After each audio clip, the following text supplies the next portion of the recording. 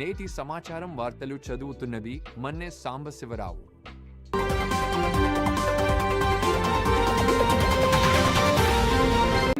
తప్పకుండా కూటమి సర్కారులో ఇక్కడ సంక్షేమం అభివృద్ధి రెండు కళ్ళుగా ముందుకు సాగుతామని చెప్పి తెలియజేస్తూ, ప్రతిపక్షానికి నేను చెప్పే సూచన సలహా ఒకటే. కేవలం ఇక్కడ ప్రతిపక్షం అనేవాళ్ళు ఉన్నాము అనిపించుకోవటానికి వాళ్ళ విమర్శలు ఎప్పుడు కూడా సద్విమర్శలు స్వీకరిద్దాం. విమర్శలు స్వీకరించడానికి నేను సిద్ధంగా ఉన్నాను. ప్రజా సమస్యల పరిష్కారంలో మీరు, నేను, మనము కలిసి పనిచేద్దాం. మీరు చెప్పే ప్రతి నిర్మాణాత్మకమైన సూచనని పత్రికా సోదరులు చెప్పినా, లేదా సామాజిక కార్యకర్తలు చెప్పినా, ప్రతిపక్షం చెప్పినా తీసుకోవడానికి సిద్ధంగా ఉన్నాం. కానీ దిగజారి నైతిక విలువలు పతనం చేసుకుంటూ మనం ఏమైతే ఉన్నామో రాజకీయ వ్యవస్థని, ఆ వ్యవస్థని దిగజార్చేటట్టుగా మనం ప్రవర్తించడం ఎవరికీ మంచిది కాదు.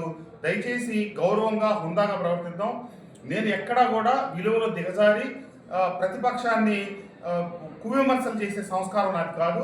దయచేసి ప్రతిపక్ష నాయకులకు కూడా నేను చెప్పేది ఏంటంటే, మీరు ప్రజా సమస్యల పోరాటంలో, ప్రజా సమస్యల పరిష్కారంలో మీరు నిర్మాణాత్మకమైన సూచనలు చేయాల్సిందిగా, మీరు మనం అందరం కలిసి మైలవరం నియోజకవర్గానికి పేదలకు అటు మంచి చేసే విషయంలో కావచ్చు, సంక్షేమ కార్యక్రమాలు కావచ్చు, ఇటు అభివృద్ధిలో కావచ్చు, కలిసి పనిచేద్దామని చెప్పి ఈ సందర్భంగా తెలియజేస్తూ, మైలవరం నియోజకవర్గ యావత్తు ఉన్న ప్రజలకి, పత్రికా సోదరులకి, ప్రభుత్వాధికారులకి, రైతాంగానికి అందరూ కూడా గడిచిన సంవత్సరం భగవంతుడి దయ వల్ల వర్షాలు పడ్డాయి. ఒక రకంగా కొంచెం అధిక వర్షాలు కూడా పడ్డాయి. మంచి జరిగింది. రాబోయే నూతన సంవత్సరంలో కూడా అంతా మంచి జరగాలని చెప్పి ఆకాంక్షిస్తూ, అందరికీ ముందస్తుగానే నూతన సంవత్సర శుభాకాంక్షలు తెలియజేస్తూ ధన్యవాదాలు. ఏది సార్ అది? కొండపల్లి రహదారి విస్తరణ. కొండపల్లి రహదారి అది ఆల్రెడీ మేము మార్కింగ్ ఇచ్చామండి. పేపర్ మీద ప్రతిపాదనలన్నీ రెడీ అయిపోయినాయి. ప్రభుత్వ రోడ్డునే చాలా వరకు ఆక్రమణ చేశారు. ఎంఆర్ఓ ఆఫీస్లో ఫైనల్ స్టేజ్లో ఉంది. వచ్చే వారం రోజుల లోపల మరీ నూతన సంవత్సరం మొదలెట్టక ముందు వాళ్ళ కొంతమందిని బాధ పెట్టడం ఎందుకనే ఉద్దేశంతో ఉన్నాం. 5-6 తారీఖుల తర్వాత మార్కింగ్ లీటర్ స్టార్ట్ చేస్తారు.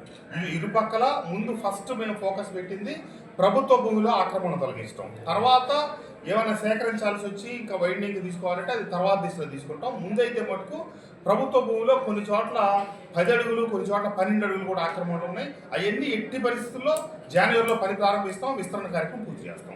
ఫిబ్రవరి కల్లా విస్తరణ పూర్తి చేయడం కన్ఫర్మ్డ్.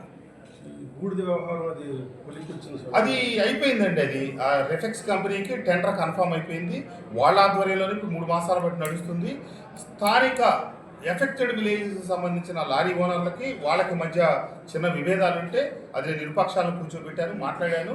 స్థానికంగా ఉన్నటువంటి లారీలకి, ఎఫెక్టెడ్ విలేజెస్ 7 గ్రామాలకు సంబంధించిన లారీలకి నెలకి 15 లారీలు ఉచితంగా ఇచ్చేటట్టు. ఉచితంగా ఇటువంటి లోడింగ్ ఛార్జెస్ వరకే తీసుకునేయటం. బయట వాళ్ళకి వేరే రేట్ ఏమి ఇచ్చినా వీళ్ళకి మటుకు కేవలం లోడింగ్ ఛార్జెస్ అంటే 700 రూపాయలు తీసుకొని 15 బళ్ళు నెలకు ఉచితంగా ఇచ్చేటట్టుగా ఒప్పందం చేశాను. ఆ మేరకు గడిచిన 40 రోజులు బట్టి నడుస్తుంది. స్మూత్గానే ఉందండి వ్యవహారం.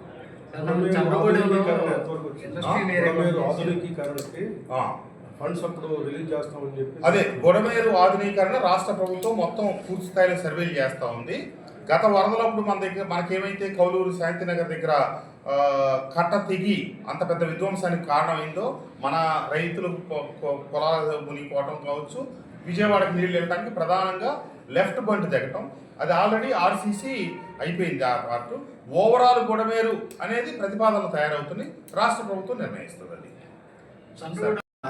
దాని పరిధిలో రైతులు చాలా ఇబ్బంది పడుతున్నారు సార్. సొసైటీ ఉందండి మైలవరం. నా దృష్టిలో అయితే రాలేదు అది. ఎందుకంటే నేను ఒక గ్రూప్ క్రియేట్ చేశాను మన సహకార సంఘాల అధ్యక్షులందరితో కలిపి. వాళ్ళకి ఏ ఒక్కళ్ళకి షార్టేజ్ నేను మీకు కావాలంటే అది గ్రూప్ చూపిస్తా. వాళ్ళు ఏ మాత్రం వాళ్ళు ఒకటి పిడితే ఎమ్మటే మా శాస్త్రి గారు కూడా గ్రూప్లో ఉన్నారనమాట. ఇమ్మీడియట్ మేము మార్కెట్ వాళ్ళతో కోఆర్డినేట్ చేసి తక్షణం వచ్చేటట్టు నియోజకవర్గ వ్యాప్తంగా చర్యలు తీసుకున్నాం. ఇక్కడ సమస్య ఉందని నాకు ఎవరు దృష్టి తీసుకురాలా, నాకు ఒక్కళ్ళు కూడా చెప్పలేదు. ఒకవేళ షార్టేజ్ ఉంటే కనుక నేను తక్షణం షార్టేజ్ కాదండి, అసలు దిగుమతి లేదు వీళ్ళకి. ఎందువల్ల వాళ్ళు మరి గోడౌన్ లేదనుకుంటున్నారు. ఎందుకు వాళ్ళకి దిగుమతి తెలుసుకుంటాను, నేను మాట్లాడతాను. ఇంతవరకు నాకు ఎవ్వరో ఒక్క రైతు కానీ ఒక్క ప్రజాప్రతినిధి కానీ ఇట్లా ఎరువులు కొరత ఉందనే మాట నా దృష్టిలో పెట్టలేదు. ఫస్ట్ టైం మీరే పెడుతున్నారు. నేను దాని మీద ఇప్పుడే మాట్లాడి ఒకవేళ షార్టేజ్ ఉంటే నేను మనకు మ్యాక్సిమం మండలంలో 6 సొసైటీలు తిప్పుకుంటున్నారు మైలవరం తప్ప. మరి వీళ్ళకి లైసెన్స్ కూడా ఉందా? ఏదో ప్రైవేట్ గోడౌన్ అని తీసుకోవాల్సిందండి. పొందుకున్న రైతులు కెమిస్ట్రీ కానీ లేదంటే బయోటెక్నాలజీ కావాలి సార్. దాన్ని ఇప్పుడు ట్రీట్మెంట్ చేసుకుంటున్నాం సార్. నెక్స్ట్ నుండి తీసుకుంటాం. మేమే అంటే రెన్యూ చేయించి వాళ్ళకి ఎరువులు తెప్పించాం. ఇప్పుడు వీళ్ళకి మాకు అవసరం ఉంది అనే విషయాన్ని రైతులు కానీ ప్రజాప్రతినిధులు కానీ ఇంతవరకు నా దృష్టికి తేలేదు. ఇప్పుడు మీరు నా దృష్టిలో పెట్టారు కాబట్టి వెంబడి దాన్ని టేకప్ చేస్తాను. పెట్టి దాన్ని నేను లైన్లో పెట్టి చేస్తాను. పవిత్ర అంత అస్తవ్యస్తంగా ఉంది. అదే మొన్న దాన్ని పునరుద్ధరించిన దాంట్లో భాగంగానే విజయవాడ ఉత్సవాలు నిర్వహించాం. దసరా అప్పుడు కూడా పెద్ద ఎత్తున కార్యక్రమాలు పెట్టి అంతా మ్యాక్సిమం చేస్తున్నాం. ముఖ్యమంత్రి గారి దృష్టిలో కూడా పెట్టాం. ఇప్పుడు కొండపల్లి కిల్లాకి సంబంధించి పవిత్ర సంగమానికి సంబంధించి టూరిజం పరంగా అభివృద్ధి చేయడానికి చర్యలు చేపట్టాలనే దాని మీద నేను ఎంపీ గారు మా విజిట్ ఉంది. యాక్చువల్గా నేను ఈవినింగ్ అయ్యి ఉండాల్సింది. కొంచెం ఎంపీ గారికి వేరే ప్రోగ్రామ్స్ ఉన్నందువల్ల లేట్ అయింది. త్వరలో అదంతా కూడా మేము కలెక్టర్ గారిని తీసుకొని అదంతా కూడా ప్రతిపాదన రెడీ చేస్తాం. ఆ ప్రయత్నంలో సార్ చాలా మందికి పెన్షన్లు అర్హత కలిగి ఉంది కూడా ఇంతవరకు ఈ ప్రభుత్వం కొత్త పెన్షన్ రాలేదు. దాని సంబంధించి చాలా మంది ఎదురు చూస్తూ ఉన్నారు. పెన్షన్ ఎప్పుడు పెడతారా, ఇప్పుడు సైట్ ఓపెన్ చేస్తారా? అవును, అది మన దగ్గర కూడా వచ్చినవన్నీ అప్లోడ్ చేస్తున్నాము. మాకు ఇప్పుడు ఈ ప్రజా దర్బార్లు గ్రీవెన్స్లో కూడా ఎక్కువ పెన్షన్లకు సంబంధించినవి వస్తున్నాయి. వాటన్నిటిని మేము ఇప్పటికప్పుడు అప్లోడ్ చేస్తా ఉన్నాం. రాష్ట్ర ప్రభుత్వం త్వరలో నిర్ణయం తీసుకుంటుంది.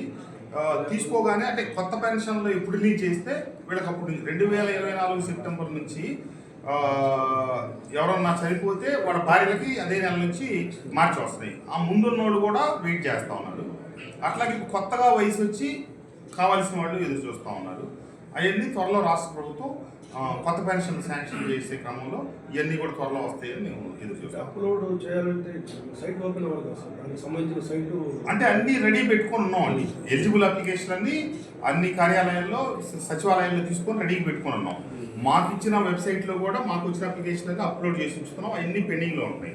రాష్ట్ర ప్రభుత్వం ఎప్పుడైతే గ్రీన్ సిగ్నల్ ఇస్తుందో వెంటనే ఇటన్నిటికి ఎలిజిబుల్ అయ్యేటట్టుగా రెడీగా ఉంచుతున్నాం.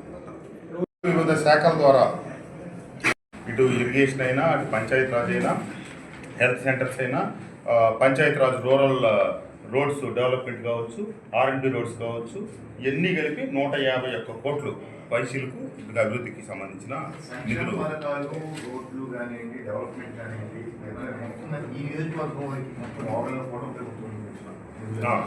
420 ఎంతమంది 429 కోట్లు ఓన్లీ సంక్షేమ పథకాలు.